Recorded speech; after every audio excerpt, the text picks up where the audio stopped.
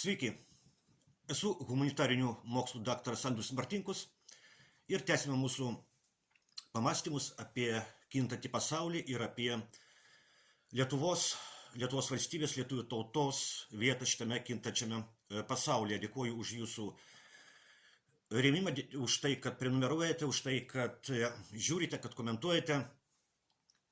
Ką tik minėjome mūsų valstybinę šventę, kovo 11-ąją,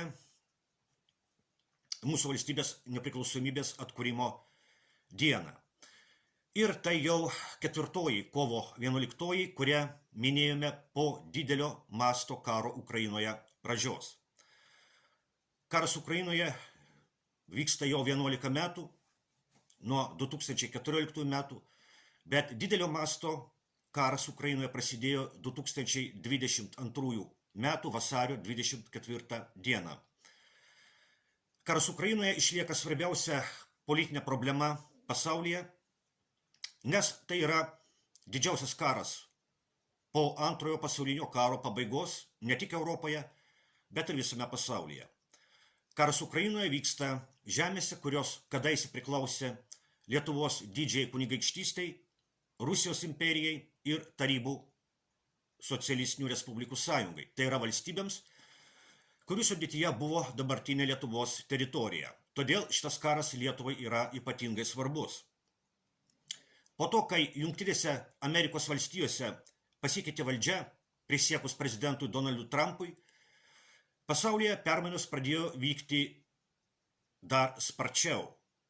Taip pat ir kare Ukrainoje. Kiekvieną dieną išgirstame kažką naujo, ko negirdėjome per visus karo Ukrainoje metus. Vis dėlto vienas dalykas, kurį pasakė naujoji Jungtinių valstijų valdžia, yra išskirtinai svarbus, nes jis liečia pačią karo Ukrainoje esmę. 3 metus globalistų propaganda pasauliui pasakojo pasaką apie tai, kad agresyvus Rusijos diktatorius Putinas užpuolė taikę ir demokratinę Ukrainą. 3 metus globalistų propaganda plovė smegenis vakarų šalių piliečiams, teigdama, kad Ukraina kariauja ne tik už save, bet ir už visą civilizuotą ir demokratinį pasaulį.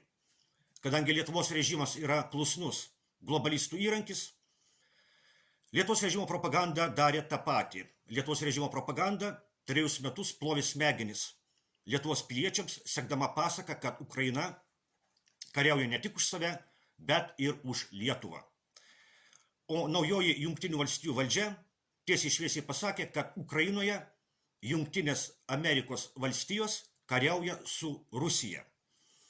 Naujoji Jungtinių valstijų valdžia atvirai pripažino tai, ką 3 metus tvirtino Rusija. Ir šito pripažinimo niekas nebegalės atšaukti. Nesvarbu, kaip klostysis Jungtinių valstijų ir Rusijos derybos dėl Ukrainos karo pabaigos. Derybos gali būti sėkmingos, gali būti nesėkmingos, bet niekas nebegalės atšaukti prezidento Trumpo administracijos pripažinimo, kad karas Ukrainoje yra Jungtinių valstijų ir Rusijos karas. Šitas pripažinimas daug kam nuskambėjo kaip tiesos pripažinimas.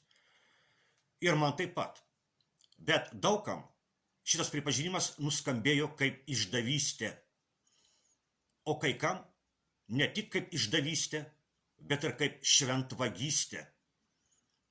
Šitas Jungtinių valstijų valdžios pripažinimas nuskambėjo kaip šventvagystė tiems žmonėms, kurie šventai patikėjo, kad Ukraina gina ne tik save, bet ir visą civilizuotą ir demokratinį pasaulį. Šitas Jungtinių valstijų valdžios pripažinimas nuskambėjo kaip šventvagystė daugeliui tų ukrainiečių, kurie šitame kare neteko savo artimų žmonių. Šitas pripažinimas nuskambėjo kaip šventvagystė daugeliui tų, kurie šitame kare neteko rankų ir kojų. Nes šitas Jungtinių valstijų valdžios pripažinimas iš esmės reiškia, kad ukrainiečių aukos buvo beprasmiškos. Nors turbūt reikia patikslinti, Ukrainos karas aišku turi prasmę, bet Ukrainos karo prasmė yra visai ne ta, apie kurią 3 metus melavo globalistų propaganda. Ukrainos karo prasme yra visai ne ta, į kurią tikėjo globalistų propagandos suklaidinti ukrainiečiai. Ukrainiečiai tikėjo, kad jie kariauja už Ukrainą ir visą Europą. O naujoji Jungtinių valstijų valdžia su Donaldu Trumpu priešakyje pasakė ukrainiečiams: jūs kariavote už Joe Bideną ir jo globalistus.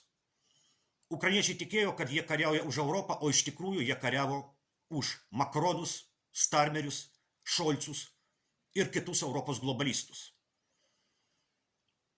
Ukrainiečiai kariavo ir tebekariauja už Ursulą von der Leyen, Kają Kalas, Andrių Kubilių ir už jų atlyginimus. Ukrainiečiai kariavo ir tebekariauja ne už Lietuvą, o už antilietuvišką globalistinį režimą.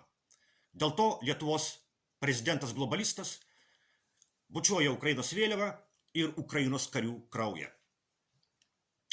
Ukrainos karas, aišku, turi prasmę, bet Ukrainos karo prasmė yra ne ta, apie kurią mums 3 metus melavo globalistų propaganda. Ukrainos karo prasmė yra naujos pasaulio tvarkos gimimas. Naujos pasaulio tvarkos, kuri pakeis tą pasaulio tvarką, kuri atsirado žlungant Tarybų sąjungai.